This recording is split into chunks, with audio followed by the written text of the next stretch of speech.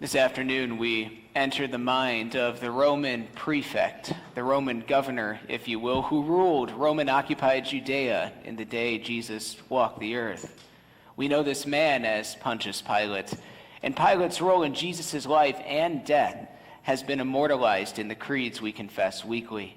Yet his role would also further the purpose of Jesus' ministry on earth. So we're now going to enter the mind of Pilate in a time not long after Jesus rose from the dead. Let's see what he's thinking. What is truth? I believe all people at some point ask that question. Maybe it's a small truth, like if a denarius really has Tiberius's head on it. Or maybe it's a bigger truth. Are the gods really who they claim to be? Do they even really exist? I'm no stranger to questioning truth, but until that day, truth had never questioned me. What is truth? The Feast of Passover was around the corner. Jews were descending on Jerusalem from all over the empire. The city would quadruple in population at least. And while the city markets and the temple see this feast as opportunity and profit, I see it as a nuisance. Crowd control, security issues, religious zealots, crime hikes, these and other things are all ingredients for one thing: insurrection. I didn't want to leave Caesarea. I love my seaside villa, my unmatched view over the Mediterranean, the beachside circus track and theater. Oh, how I would gladly give up my prefecture on these feast weeks. Someone else probably would do my job better anyway. Maybe even Sejanus himself. He is the chief administrator for the emperor after all. Maybe he should have thought of that, the problem of Jerusalem, before giving me this prefecture. But alas, I would lose my dear Caesarea if another insurrection happened.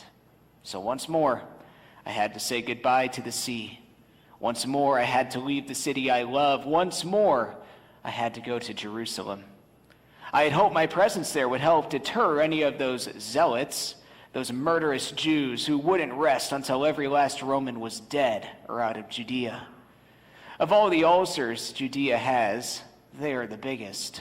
And I wouldn't be surprised if my most recent ulcers came from them. That said, I was glad to hear upon my arrival that one of their most notorious leaders, a worm named Barabbas, was still locked away. Maybe his sentence would keep the Jews quiet, at least for a week, or so I had hoped. But because the best thing any good prefect could ask for is order. And where there's order, there's peace. That is the truth, or so I thought. So then, what is truth? Was order really too much to ask for? I will admit that my past attempts for order in Judea were not received well. I probably pushed the envelope a bit much by hanging images of the emperor to worship all over Jerusalem, and I don't think they cared too much for the Roman currency I ordered into circulation. Maybe I'm a problem to them, but you'd think they'd understand given my position. Don't they realize that their own safety and prosperity is a gift of our great emperor? All it'd take is the snap of his finger, and a few legions would have this place leveled. But the emperor remains gracious, so I must too. At least the praetorium is nice. It may not be my seaside villa, but it would do for a week, so long as the Jews and I kept our distance. And we did. We successfully kept that distance for part of the week, but that would all change. It would all change on what they call the day of preparation. Now, honestly, I care little about the Jewish religion, but a good prefect should know one or two things about the people they govern. Apparently, this day of preparation involved lambs being slaughtered in the afternoon. They would then be eaten that evening as a reminder of a day when their God ordered them to paint lamb's blood on the posts of their homes. They then claimed that an angel bringing death passed over each home with lamb's blood, while they quickly ate a lamb before fleeing Egypt. Well, whether or not that actually happened, the man they brought before me on that day might as well have been one of those lambs. You see, those lambs were innocent. They didn't do anything deserving of death. nor did this man, nor did the one they called King of the Jews. As a prefect, I have almost unlimited power to judge a case as I see fit. But this man wasn't even a Roman citizen. And yet the Jewish leaders tried to justify their case by accusing him of forbidding the Jews to pay tribute to Caesar. Ha! Since when did paying Caesar become such a priority in their life? They didn't even want our currency in Judea in the first place, but now the hypocrites even allow their own change, or to allow their own to change Roman money, our money, in the temple. They allow it to do it in the place where people like me aren't even allowed. Talk about hypocrisy. Well, this supposed king shouldn't have been my problem. He's not even under my authority. But the Jews didn't seem to care. In fact, they made me, the governor, come outside to them when speaking for religious reasons. Really? They should be grateful that I even gave them that honor. But in the end, I had to hear their case. Had I insisted they leave my praetorium, the very peace I sought with the Jews, my ultimate goal, would have fallen apart. You see, authority is mine. The Jews know it, I know it, but in truth, I felt as though I had none. So, what then is truth? So these hypocrite leaders, these Sadducees, claim Jesus called himself a king. Well, if he really was their king, then this would be grounds for treason. So that's where I had to start. He was already brought inside for interrogation by the time I finally got to speak with him. I asked, "Are you the king of the Jews?" Most people have enough respect to give me a simple yes or no when under interrogation. My mere presence, coupled with my authority over their very life, is enough to humble even the most respected and accomplished man under my jurisdiction. But Jesus wasn't one of those men. He had the gall to respond with a question of his own. "Do you say this of your own accord?" he asked. "Or did others say it to you about me?"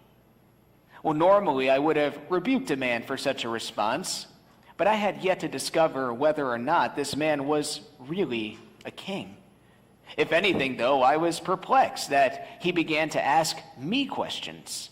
It's as if I became the one being interrogated. But I was not about to give up my role, so I turned it back on him. "Am I a Jew? Your own nation and the chief priests have delivered you over to me. What have you done?" He didn't answer the second question, but instead answered the first. He said, "My kingdom is not of this world. If my kingdom were of this world, my servants would have been fighting, that I might not be delivered over to the Jews. But my kingdom is not from the world." "So you are a king." I got what I wanted, but what did he mean by from another world? It seems that he wasn't a friend of the Jews. "You say that I'm a king," he replied. "For this purpose I was born, and for this purpose I have come into the world, to bear witness to the truth. Everyone who is of the truth listens to my voice." Truth? Truth? What does this king know about the truth? Truth is the culmination of all reality, the very thing determined by the gods. Is this man calling himself a god? As crazy as it sounds, though, I entertained the idea for a moment. What if this king was really a god? If so, his looks were deceptive, but his voice was another matter. I've heard many men speak, but the voice behind this man spoke not only with confidence, but with an authority that drew me in, that beckoned me to listen, that beckoned me to believe his words, words that called me to follow. Fortunately, I came back to my senses, but a new question, a deep question that still nags within me to this day, one that no answer has satisfied, left my mouth. "What is truth?" I replied. Now, I did say this to evade his appeal, to maintain authority. I mean, first the Jews and now him.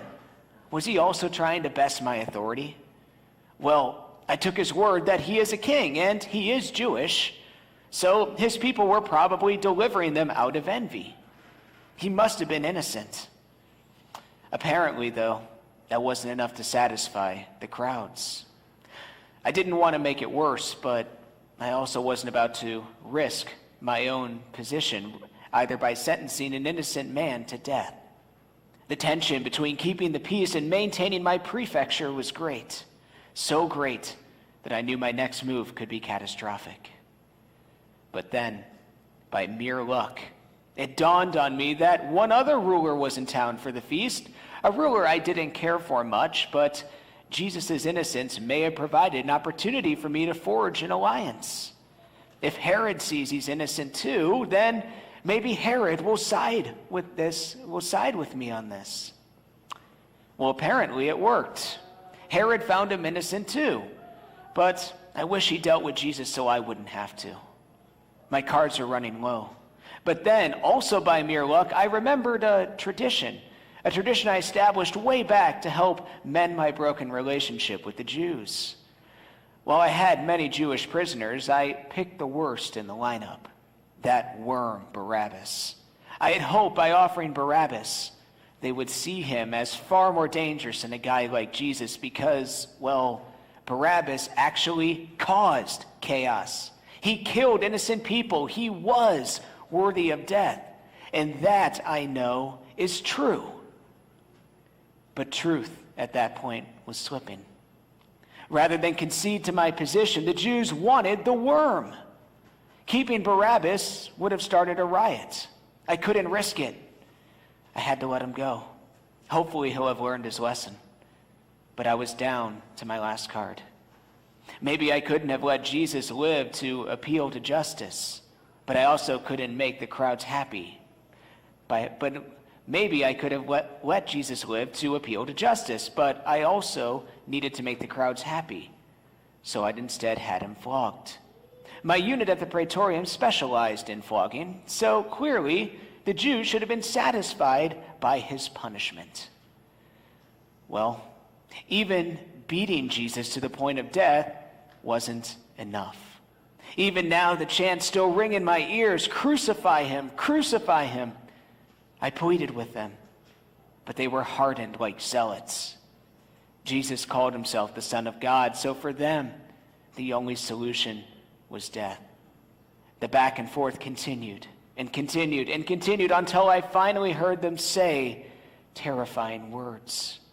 With resolute vitriol, they shouted, "Everyone who makes himself a king opposes Caesar." Defeated, I took my seat at the stone pavement for judgment. It was evident he was their king. It's hard to explain, but I had hoped they would see the truth of who Jesus was before delivering a sentence. "Behold, your king," I said. It wasn't enough. My cards were gone. Had I released him then, both Jerusalem and my position would have gone up in flames. Besides, it seems that taking one man's life would save many others. I was wrong. I knew I was. But then again, what is truth? Pilate was right. Taking one man's life would save many others. Jesus, though innocent, was unjustly beaten, mocked, and killed for you and for me, so that many will have eternal life with him. Amen.